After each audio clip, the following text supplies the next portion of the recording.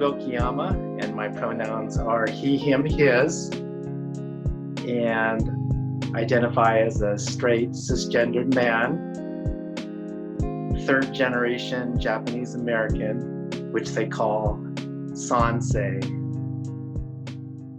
I am a senior staff psychologist in the CSU Health Network Counseling Center, and I've been on campus for about 7 years, and I'm excited to celebrate APIDA month with APAC and the cultural centers. And I've been reflecting a lot during this past month on dealing with separation and the coronavirus and the change in this lifestyle of not being on campus and working remotely, in terms of my reflections of the Japanese American internment camps, which occurred just over 75 years ago, and which is an important part of my cultural heritage and being an American. And when we think about now being in our homes and apartments for 4 weeks, I think about how did my ancestors and relatives endure 4 years of being in the Japanese internment camps for just being American citizens and being in the wartime conditions where they were seen as aliens, and maybe not even being able to have like short grain rice for 4 years, maybe just on occasion. And so I thought, gosh, I can barely stand 4 weeks, and here this is in my background, and I've been gaining some strength and amazement of and just reflecting how they went through that. And so I'll be talking first a little bit about the history of the incarceration of Japanese Americans, which happened in the spring of 1942 under Executive Order 9066 from Franklin Delano Roosevelt, which was several months after Pearl Harbor and the start of World War II, where 110 to 120,000 Japanese Americans or anyone of Japanese descent were put in about 10 internment incarceration camps across the country. Most of these Japanese Americans came from the West Coast, and they were placed in camps in Arizona, California,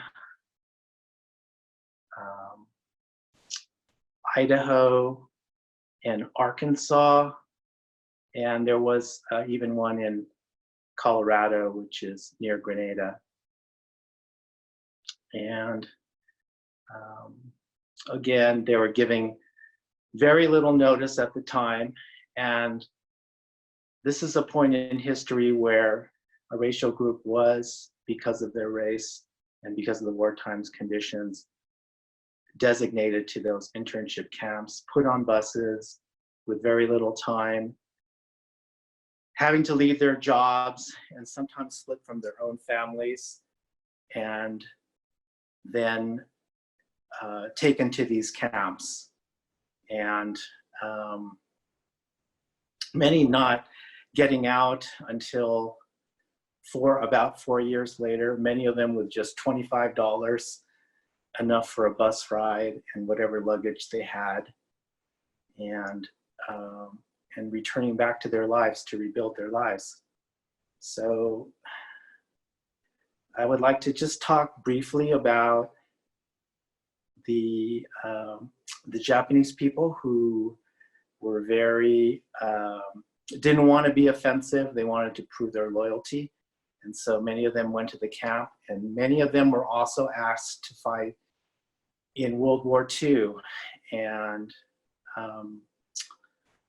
the soldiers that fought in the 442nd in Europe were a very distinguished group of Japanese American soldiers who fought in loyalty for America. But there were also others who were asked two questions while in camp. Would you fight for the US in any place in the world? And two, do you swear unequivocal allegiance to the United States? And those that did not were called the no-no boys. And many of them served 3 years in incarceration just for refusing to stay loyal and or to join the military. One of them was Fred Korematsu, whose legal case was brought to the Supreme Court, and he was then denied his constitutional rights in the sense that his case, so he didn't go to fight, and he was denied by the Supreme Court and went back into camp, and then appealed his case again in 1944. And again, the appeal was denied by, the legality of the incarceration was denied by the United Supreme Court. And so this actually legalized the racial profiling of a targeted group at that time, until even though the criminal charges were dismissed against him, until just very recently, the Fred Korematsu case was overturned in 2018. So I just love the fact that Fred Korematsu believed in his constitutional rights and fought that. And although not in his lifetime, the case was not reversed. He was awarded the Presidential Freedom Award in 1988. And he also petitioned for an apology to be made, and reparations were made to the survivors of that Japanese American that were interned, the internment camp, all of those in a formal apology in 1988. So I just wanted you to know a little bit about Fred Korematsu as an Asian American hero. And in some states, they do actually have Fred Korematsu Day, although it's only like, I think, 4 or 5 states or cities. So now I wanted to share a little bit about my family background. My grandparents were from Japan, Saitama and Yamaguchi Prefecture. My parents were born in the US. And then during the internment camp, on my father's side, all the family members were separated, since my grandfather was involved in the Japanese American Citizen League. So my grandmother and my grandfather were split. My aunt, who was in Japan, stayed in Japan during the war. She couldn't get back to the US. And my uncle and my father were able to stay together, fortunately. And they had to plead, even after released from camps, they had to plead with letters to the US to get my grandfather back. So um, it was a very, I was able to read some of the letters, and it was a very humbling and very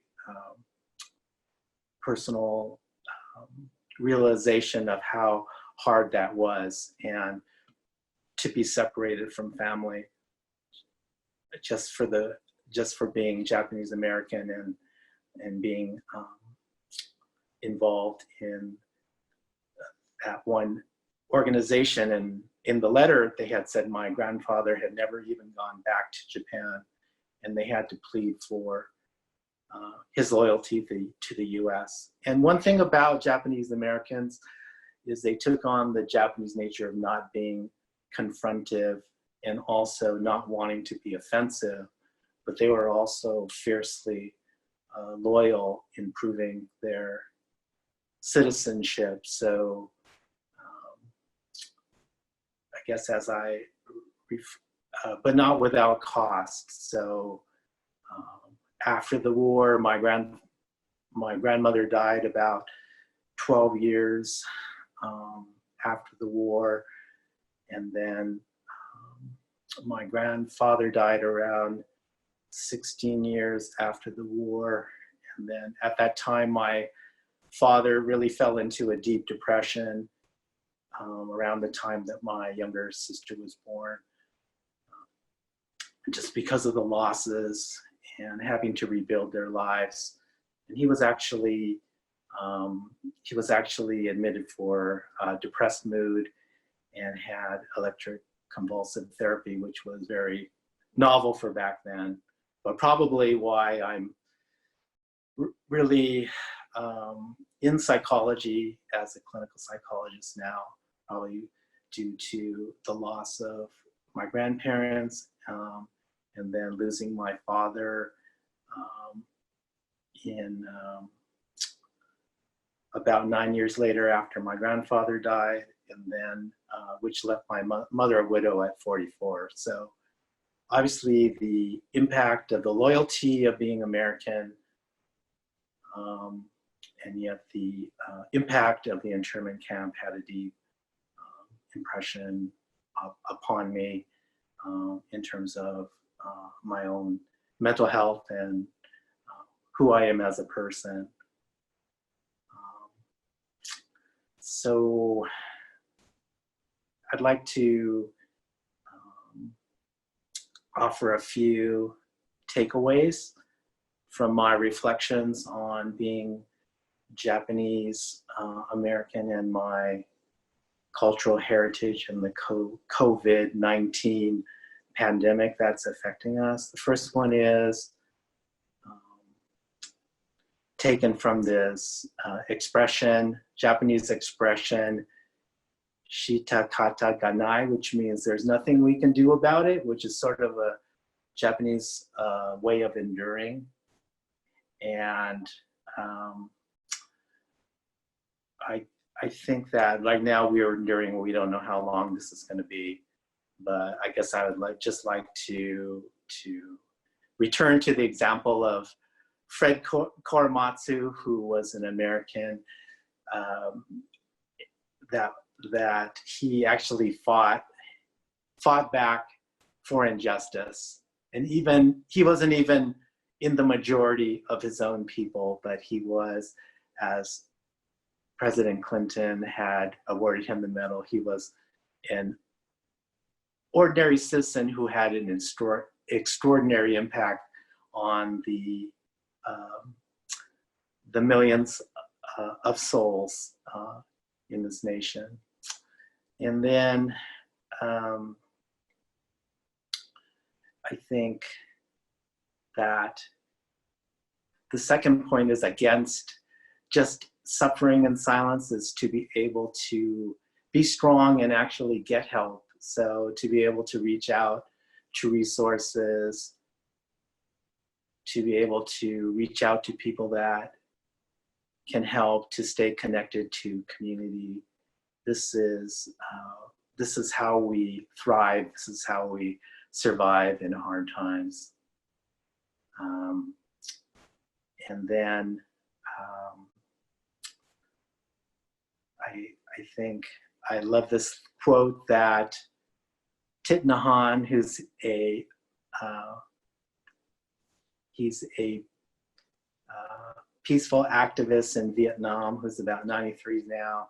He was even exiled from Vietnam for his spiritual beliefs, but has now returned and is a leader in the mindfulness meditation from the Eastern perspective. He talks about being able to recycle from all our experiences, recycle from all the negative and sort of the rubbish. I think he calls it the muck of our lives, that we can actually recycle that into a meaningful, thriving existence. And his image was a lily that was floating on a pond above a mucky, muddy pond. And I think during this time in our lives and in this time in the world, that there's really time right now to do some reflection. And despite all that we're going through, if we can recycle from all the, I guess, all the rubbish that's going around, all the things that we're experiencing, if we can be like that lily above the pond, then this is how we can share something of meaning to others. So these are my reflections during this difficult time, and my reflections of my cultural heritage during APIDA month, which I want to really celebrate with all of you. Thanks.